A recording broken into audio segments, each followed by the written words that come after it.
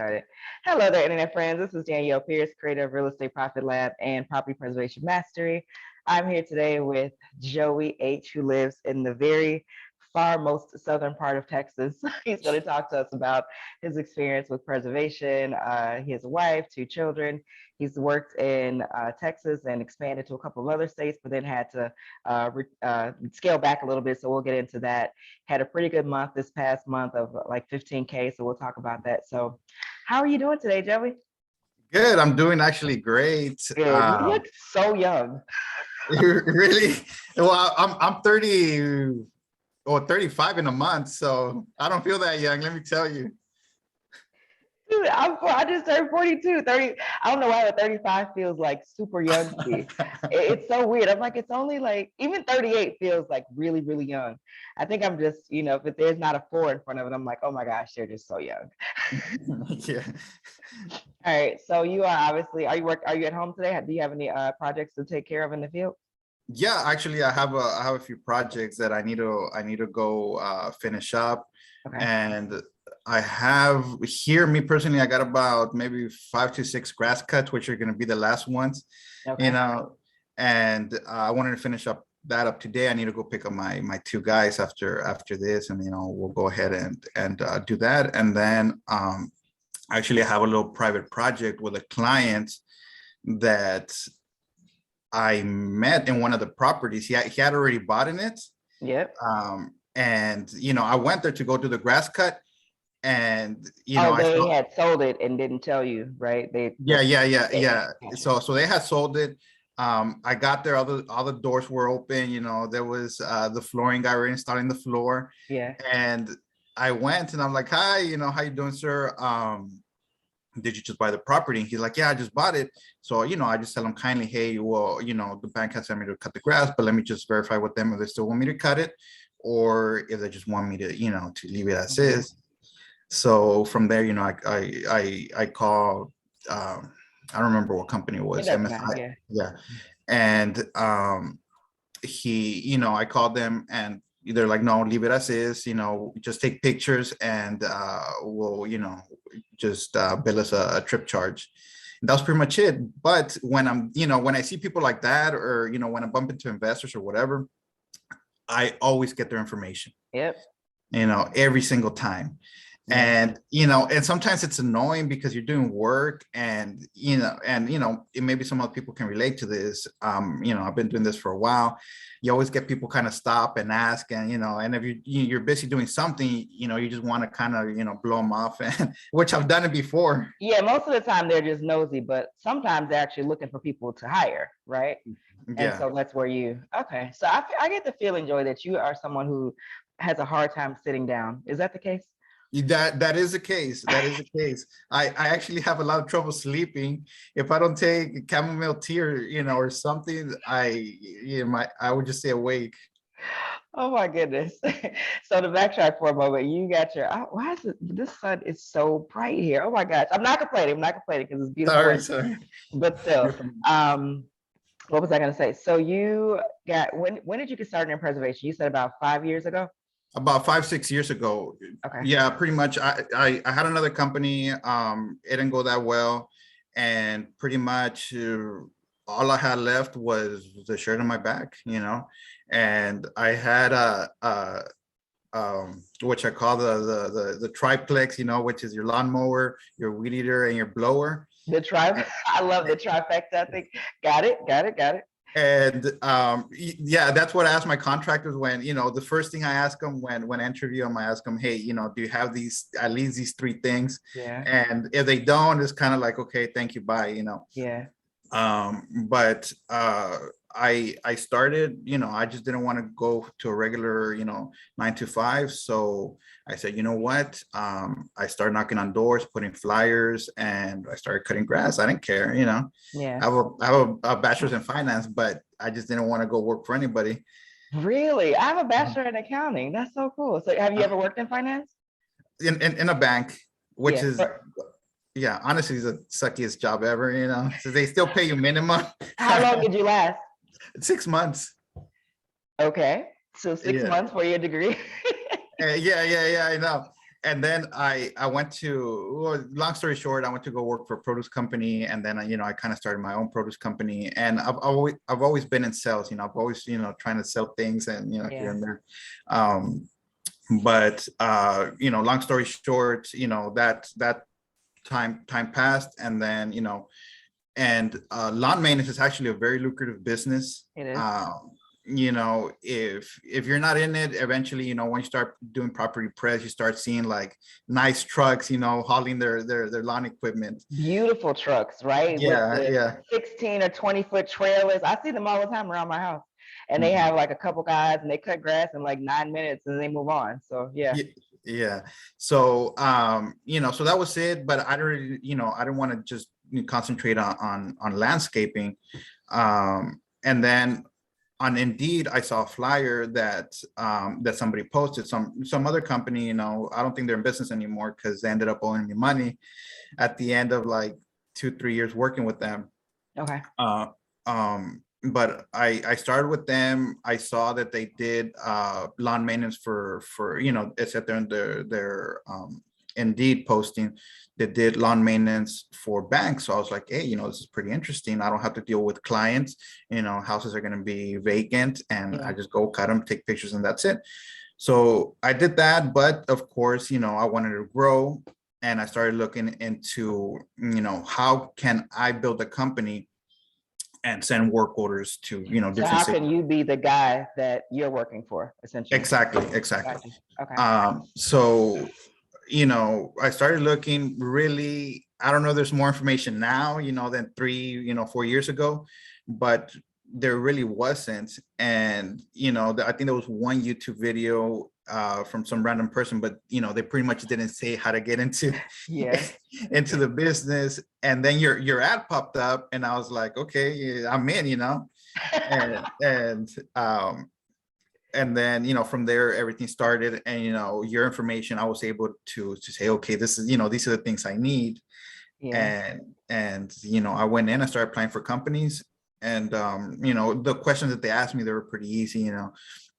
I know some companies are like, okay, how do you do a winterization? So you just Yeah. break it down, Yeah. and that's it. And where I'm at right now, I've had my ups and downs in this business, but I don't think I could be doing, I mean, I do other projects, I have other business ventures, Yeah. but my wife tells me like, hey, maybe you should kind of get off the truck and start doing more administrative stuff. But you don't But want to do administrative stuff. I'm horrible at administrative stuff. I'm Yeah. I'm the worst. I'll get, Yeah. I'll start going to different websites and just, lollygagging online and Yeah. not getting anything done. So just to do a quick recap, so you have a degree in finance, you worked there briefly for about 6 months.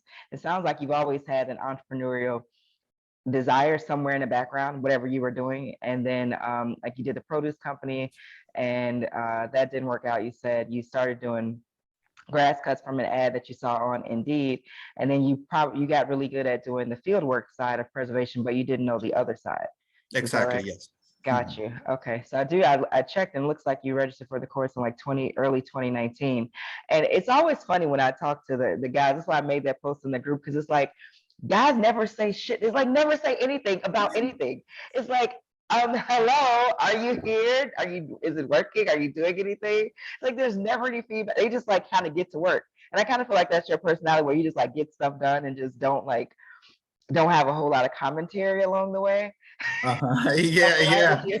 I'll post every so often on something that I find interesting, Yeah. It's but just like, what, twice?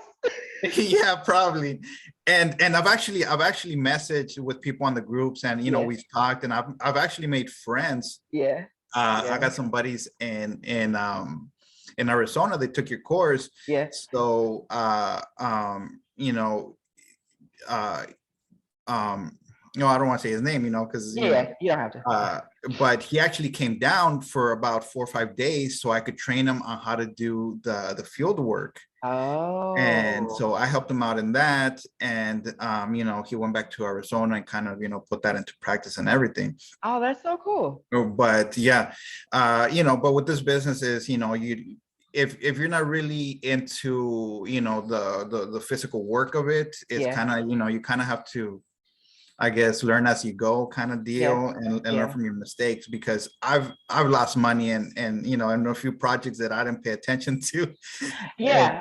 But I think that that's the norm, though, right? I think that people are so fearful of losing money or making a mistake that they don't do anything. But I tend to, I mean, I don't know, maybe I'm just more riskier than most, but I feel like just like with children, they learn better when you let them like fail and get up, as opposed to you trying to like hey, coddle them all the time. Like they exactly. get those lessons much faster. And I just feel like that's the same with this. Like you'll leave money on the table in certain Mhm. bids and jobs in the beginning because you just don't know.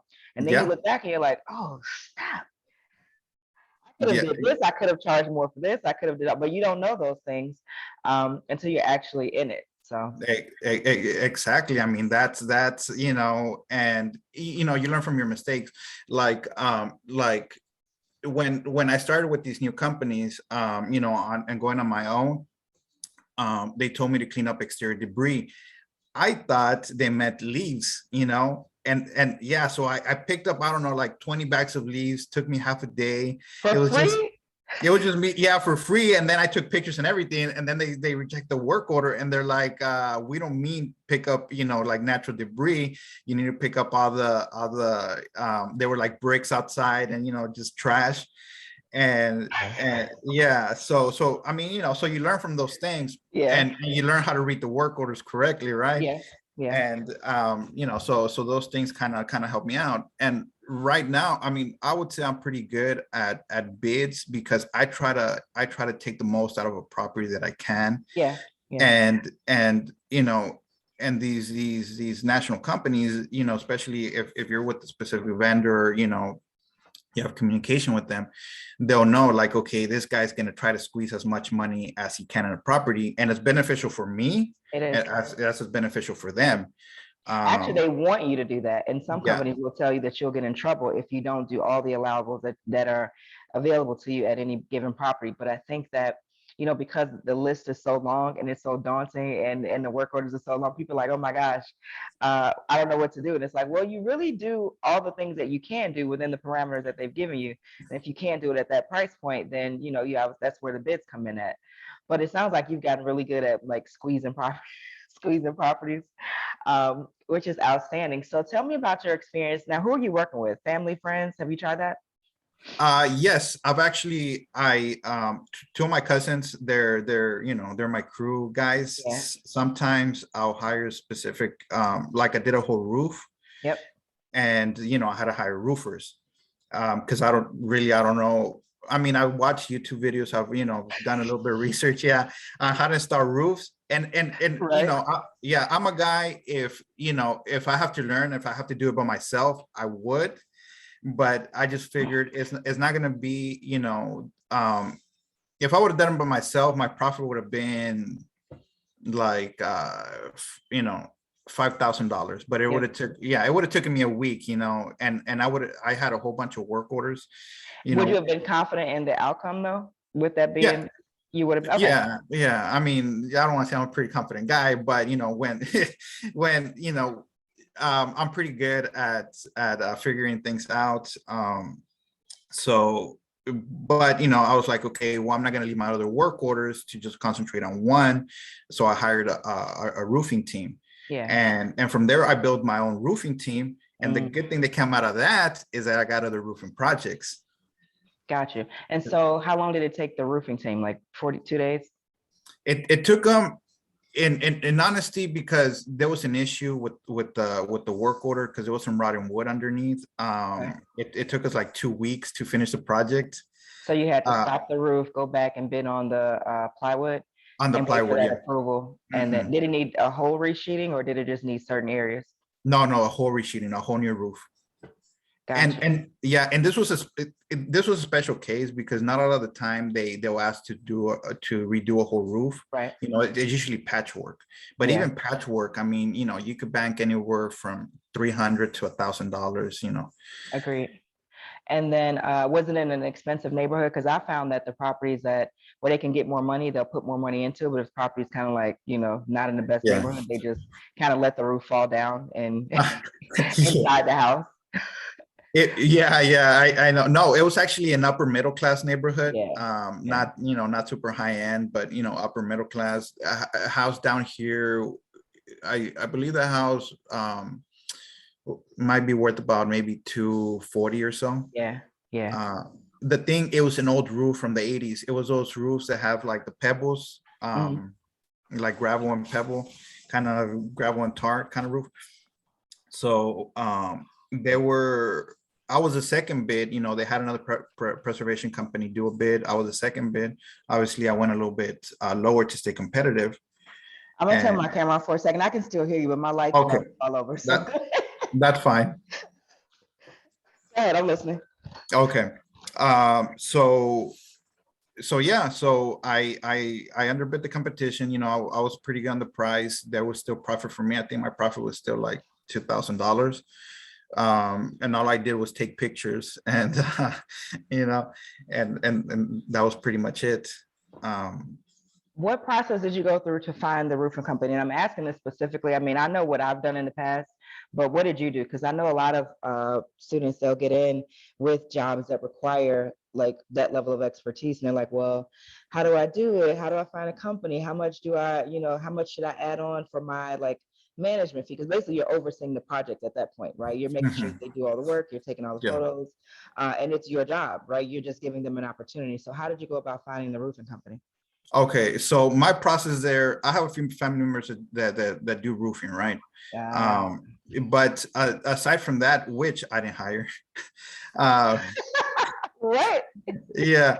uh but aside from that, the first thing I did, I went up, I measured up the roof. I have a measuring wheel, which makes it super easy to measure Uh-huh. things, shrubs, trees, whatever. Instead of using tape, I always use a measuring wheel for things like that. Even like mold in or discoloration, like in ceilings and things like that, I'm not going to be messing around with a tape measure, trying to measure the ceiling. So I just use a little measuring wheel, Okay. and it makes it so easy. And the companies, actually, I've learned that they really like that.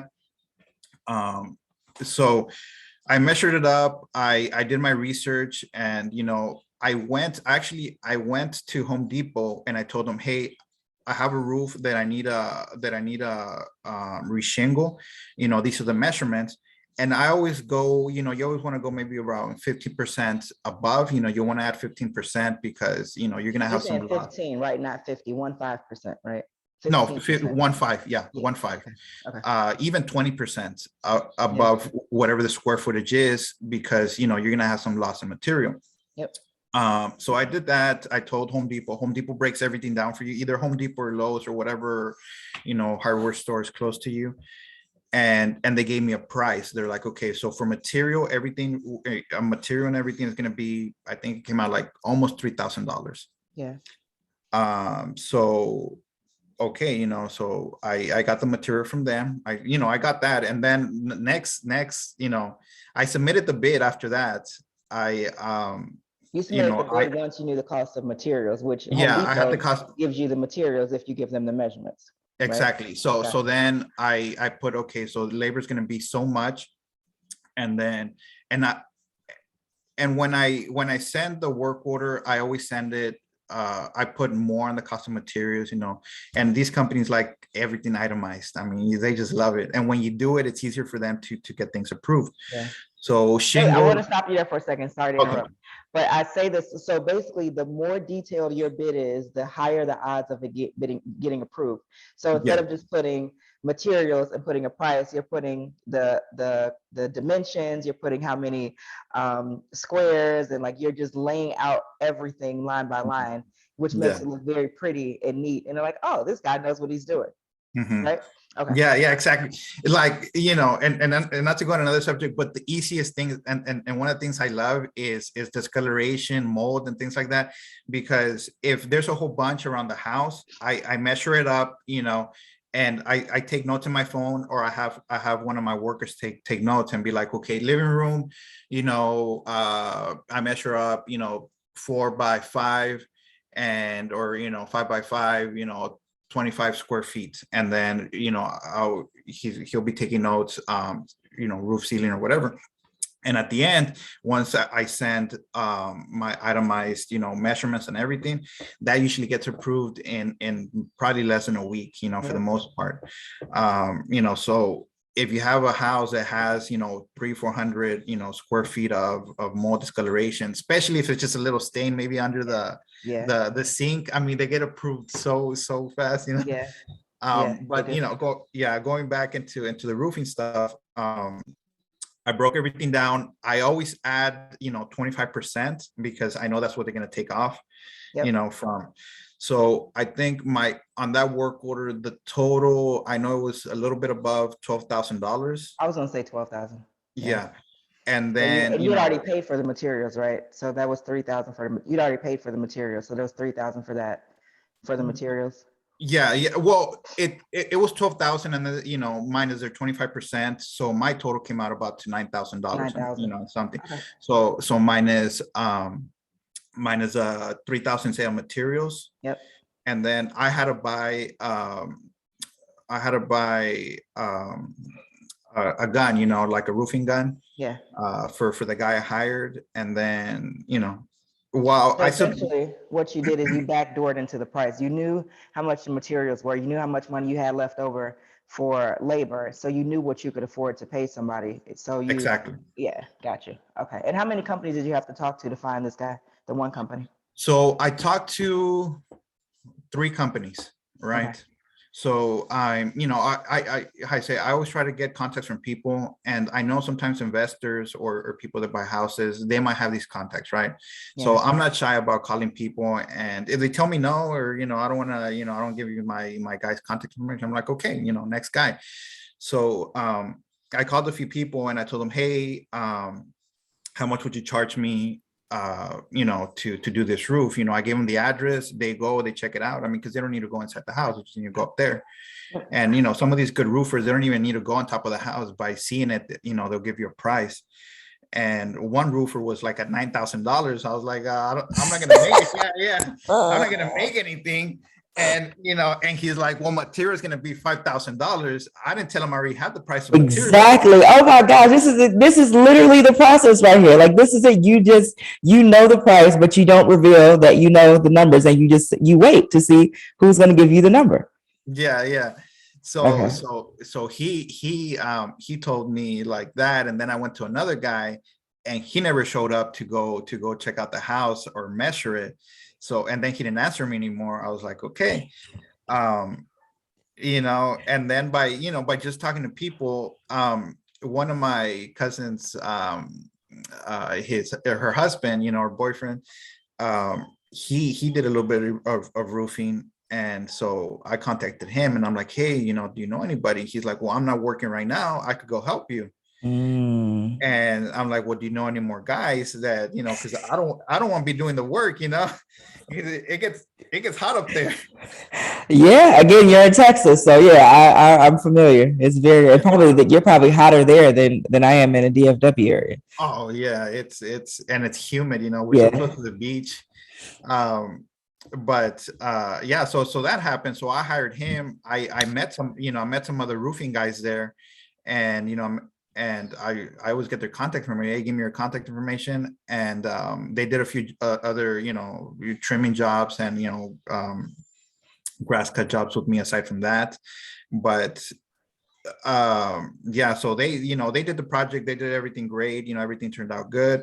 And then from there, since I already have their contact information, I always look around houses, if I see abandoned houses somewhere, if I see, that a neighbor might need, something, I'll go knock at their door. So I got a few other roofing patching jobs from that one job. Yeah. So that's extra money in your pocket, and a lot of times it's cash money.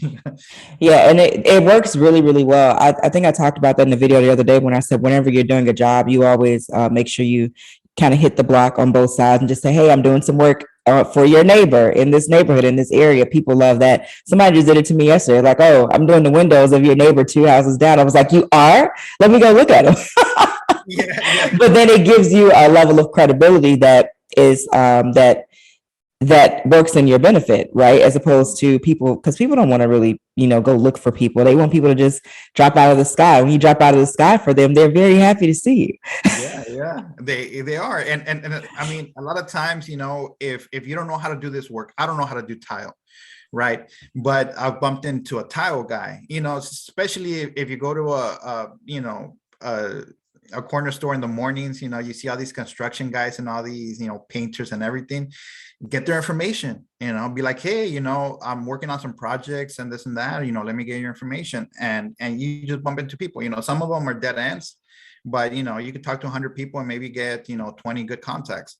Right, but the goal though is to always be collecting, and then when you need them, you can kind of pull through your database as opposed to needing people and having nobody to reach out to. Yeah, exactly. Yeah, because you don't want to be stuck at the last moment and and be looking for people and just scrambling and not finding anybody. Because when I submitted the bid for the roofing project, what I did right afterwards, in my mind, I'm like, okay, if it gets approved, awesome for me, right? If it doesn't, it doesn't matter. I'll move on, but at least I'll have contacts of roofers for future roofing projects. Yeah. And roofing is a pretty lucrative business. Yeah. And honestly, I mean, I don't know much, but the guys I got and the contacts I have is, I could take them, then don't know how to, how many square feet, and then I'll make the math. But that's kind of like the process of contractors. Yeah. So you see yourself more so you like to be, you don't mind getting your hands dirty, but you definitely like to kind of oversee projects and kind of manage things. It sounds like, right? And jump in when you need to, but obviously your skill is in getting to the money, and then finding other people to kind of fill in the gaps. Does that sound right? Yeah, that's that sounds good. And then, yeah, and there's my contractors and in other cities. I mean, I don't get to oversee what they're doing, but I know that they're like my first contractor. I mean, I hold that guy like if he was gold. I mean, he's just one of the greatest contractors I have. When you find somebody, you still have him? Yeah, I still have him. Oh, yeah. He was my first contractor ever. I actually went up and kind of trained him personally. Yeah, because I'm like, hey, this is my first guy, and he he's turned out to be, I mean, an amazing guy. And and I think he's very similar to me. And and he likes to hustle and move and get things done. So, and I know he has other projects, he does other things, he's not just going to be working for me. And that's one thing when I hire contractors is I tell them, hey, don't expect just to get jobs from me. If you're just expecting that, there's going to be ups and downs and in this market. And like I didn't have any evictions this whole year because of the real estate hold. But and if I see that they're like, no, I have other things, I have my personal clients and that, then they're good. But I found out with contractors that are just sitting on their butt, just waiting for me to send them a work order, they're going to get frustrated and they're going to get tired, and they're going to leave, and they're going to leave, and they're not going to do work orders. I mean, I've had them all, Yeah. But it sounds like you keep going though, which is, I mean, I tell people all the time that finding contractors is going to be an ongoing source of conflict, I should say, in the business, and that you just kind of manage it as things happen. What does your day look like? When do you get started? I usually get started about 8:30. So I'll drop off my daughter at school, and then if it's something small that I could do myself, I'll do it. And I won't take my guys. But if it's if I have a long day, then I'll take my guys, and it makes it everything 3 times as fast to get done. Yeah. Do you take them with you to do grass cuts too, or do you just do those by yourself? No, I'll take them with me to do grass cuts. So, and instead of, if I have, say, 8 grass cuts, instead of, taking me, a whole day, it'll take me half a day to finish out. And I drive, so I cover 3 counties, me personally. Okay. So it's usually in about an hour and a half, either way, northwest, not south, because then I bump into Mexico, right? But yeah, northwest, east. Gotcha. Okay, so an hour and a half, up to an hour and a half each way. Up to an hour and a half. After that, then then I charge a trip charge. Gotcha. So I think I talked about that in the video yesterday too. I said how you can only get a trip charge if you're covering an area that you already haven't agreed to cover. If you say you can cover an hour and a half away, well, then they're not gonna give you a trip charge because you already said you could do it. But you said you had a pretty good month last month, 15,000. What happened? What brought that on? Well, one of it was a roofing job. Okay. And then another one, I started doing, so I changed my, this is when I really kind of changed my bidding strategy. Yep. And I bid on, if there's a little leaf touching the house, I'll bid on that sucker, and yeah. And what I find out pretty good, if you see a tree that might be dying or is dead, or it kind of has split in the middle. Yeah. Oh, those I bid on one for $900. Yep. Right. Minus the 25%. And really it took me maybe with my people, I was the one cutting it and they were the ones, just hauling everything away. Took me about 3 hours to finish it up. Yeah. So, $700 for 3 hours, Yeah. Really not bad. But you found that tree, you noticed that it was like decaying or dead. And you kind of like said, oh my gosh, this tree is dead. It's a danger. It's a hazard. It could, hit the house or the neighbor's house. And then boom, boom, you get an approval. Okay. So you've gotten really good at bidding. That is outstanding. I usually, what you just said, I usually put that, this tree's a tree hazard, somebody can be walking through the back and it's going to follow them. And I mean, I don't exaggerate a lot, but I put those infos because when they see hazard, they're like, okay, we need to get this done. So, I bid, if I see beehives, even if they're, there's no bees on them, I'll take a picture, if I was in a property, there was about maybe 8 wasp nests, and not all of them were active wasp nests. Some of them were already kind of dead, but I bid on all of them, and of course they get approved. Nice. So with a little paper, 1, 2, 3, or with my finger or whatever, I bid on that. With my measuring wheel, I bid on I just go with the roller and kind of show that I'm taking picture with the measuring wheel, and I go all the way to the end, and then I just take a picture of how many linear feet it was. You have gotten really good at taking excellent photos, and that is the key to like pretty much everything. It sounds like. Pictures. Yeah. I mean, that's the key. If contractors don't do it, I get so mad. They'll take 20 pictures of one thing. How long do you find? I know you have to say the same thing over and over, but how long do you give them to get it? The photo taking process, like that, it's not based on how you feel. We know it's annoying, or we already know it's like tedious and nobody wants to do it. But how long do you give them before you say, okay, this isn't working out? So I usually give them maybe about 2-3 months, depending how busy it is. Okay. If they keep on screwing up, if they reduce my payment, then of course I reduce their payment. So I give them a while. I try to sit with them and kind of talk to them and tell them, what, look, if you would have taken this, these pictures, these measurements correctly, you would have gotten, $300-400. Right now you got 0 because they gave the job to somebody else. Yeah. Because I've gotten contracts like, hey, somebody came and, trimmed the trees and this and that. And I'm like, I tell them, you're losing about maybe $800 there, or some amount. So that makes them think. And I tell them, it's because, you just want to rush through a property. You do the bare minimum, and that's it, and I don't want you to be, come complain to me like, hey, I want more work. I want this.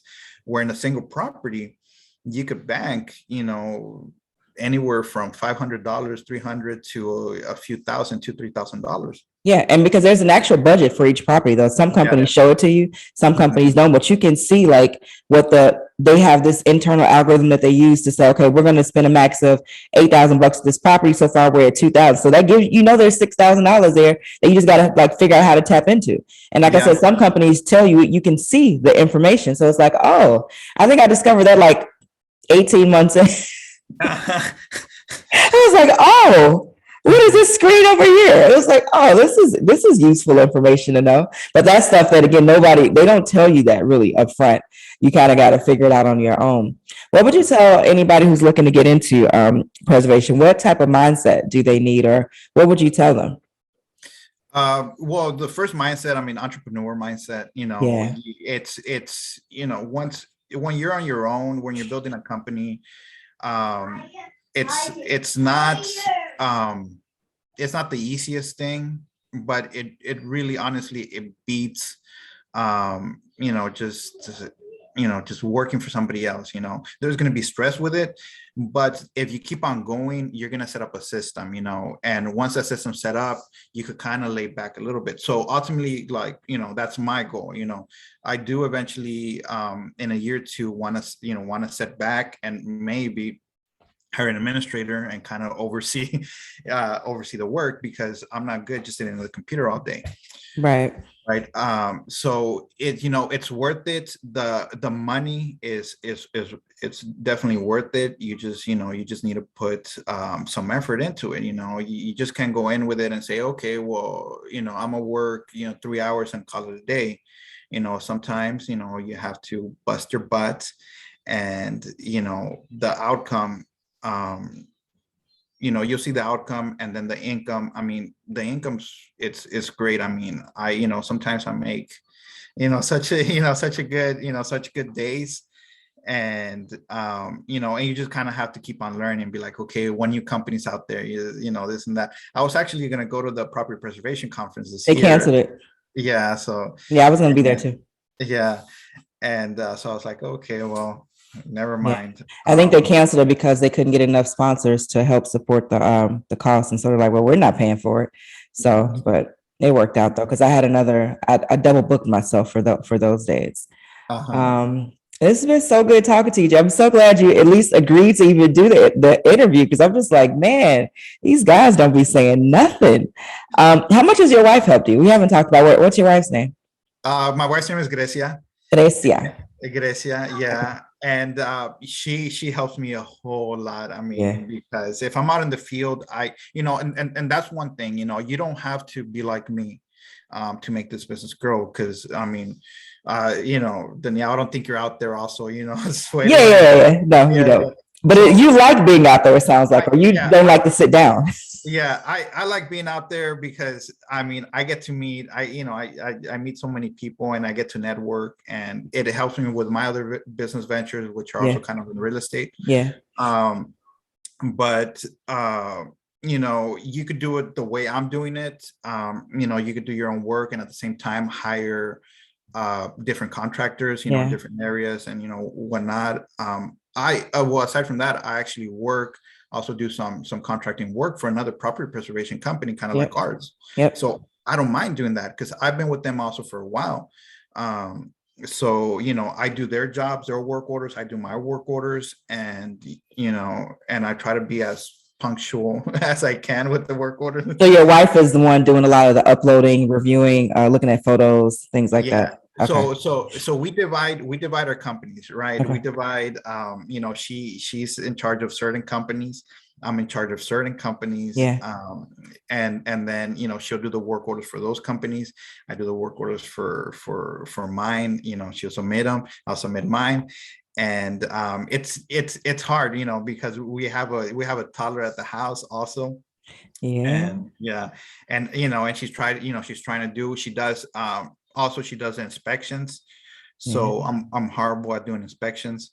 And because this is the thing, you don't need to be directly just with the property preservation companies. You could call property management companies. You could, I mean, there's a whole plethora of companies that you could hook in that don't have to be with property press.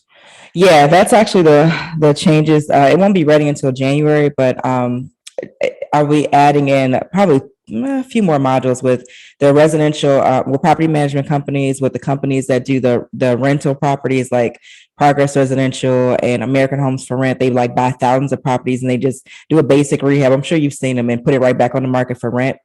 So there are a lot, and then there's the mobile apps as well. So there's plenty of different avenues, but I want to flesh it out and put it in there to give people like more options, because you do sometimes you want more control and more flexibility, and you get tired of like kindly return to the property. Like, no, I'm not returning to this property like Yeah. ever again. So you can alleviate some of that. So that's solid. So just keep on looking, just don't base yourself off of say a company you see under MFS Supply, because they have a list of properties now, Yeah, they do. of national companies. When you're driving around and you see for example, if you see a commercial building, right, and they have the property management, they have those big billboards, where they lease, or just call them up and be like, hey, I could do the maintenance, I could do the yard maintenance. And commercial property, you could charge a little bit more for grass cuts, even if it's a little strip. Yeah, and you already have all the right insurance, you have everything in place already, so it's literally nothing for you to do it. Yeah, everything's great. And then on the private sector, people love where you tell them, hey, I don't know about the next guy, but I'm insured, so they're like, oh wow, you're insured. Yeah, I'm insured. And of course I always have my business shirt on. Yes. and I don't, and this is one thing, me personally, I don't like carrying business cards because I feel people just throw them away. Yeah. So on the back of usually on my long sleeve, I have my web address on the side, and then on the back I have my logo and I have my phone number. So I always tell people, take a picture of my back, and so they could, because it's less likely for people to erase a picture than throw a card. Or another option too is there's text messaging companies that you could sign up with, so they could just text Joey or something like that, or Felicity, and they text the number, and then you already automatically have their information that way. Because people, the open rate for text messages is still like 90% and it's like everything else is like in the trash, but people open their text messages, so that's another option too. Yeah, definitely. So that's just a little bit on marketing. On my Facebook business page, I open applications. Actually, right before I just saw 2 people applied for the Dallas area. Oh, nice. Yeah, I know. So, and what I do in this process, I have my wife call them. So she filters them out, depending on what she likes, then I filter them out. And it just looks maybe just a little bit more professional. But if you don't have anybody to do that for you, then, you just call them up yourselves and be like, hey, I'm so. But that's pretty much me in a nutshell. That is so exciting. Thank you so much for agreeing to do this, Joey. So Joey Hernandez, how do you pronounce it? Is it Joey Hernandez? There's one more name too. Quesada, which is my mom's last name. Gotcha. Okay. Yeah. I can't pronounce that one just yet.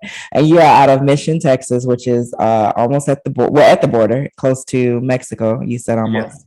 Been in preservation for 5 years, and the first couple of years you spent basically as a laborer. It sounds like, and then you switched over to an owner, just as a subcontractor, pretty much. Then you became an owner, and so that is so fantastic. I am so excited to hear of your progress and your wife and your 2 little babies. That is dope. Definitely. I mean, I appreciate it because you definitely helped me get over that threshold of not knowing how to get into this business. Yeah. Because honestly, it's a very, I don't want to say backwoods business, but not a lot of people know how to get into this industry. Yeah. Unless you know somebody, like somebody tells you, okay, this is the process. Yeah. And I'm very, honestly, I'm very glad for that. Because I was looking and I couldn't, for the life of me, I couldn't find really. And then you just broke everything down for me, and I was like, okay, sweet. And then you never said anything else again in life. Pretty much. Yeah. Oh my gosh. Well, thank you so much, Joy. Enjoy your day. It's so great talking to you. I'll be checking back in with you periodically. That's what I do for everybody that I talk to like this, just to see how things are going. And I am excited for you. Definitely. And if anybody needs anything, in the group, just just shoot me a message, and I'll try to be as helpful as I can with any situation, because I've seen it, I've done it, I've experienced it from people still living there, bums, I haven't seen a dead body like I saw a post previously, but most things I've you've seen already. Yeah. Okay. Cool beans. Thank you so much for that. I'll talk to you soon. No problem. Thank you. Bye bye.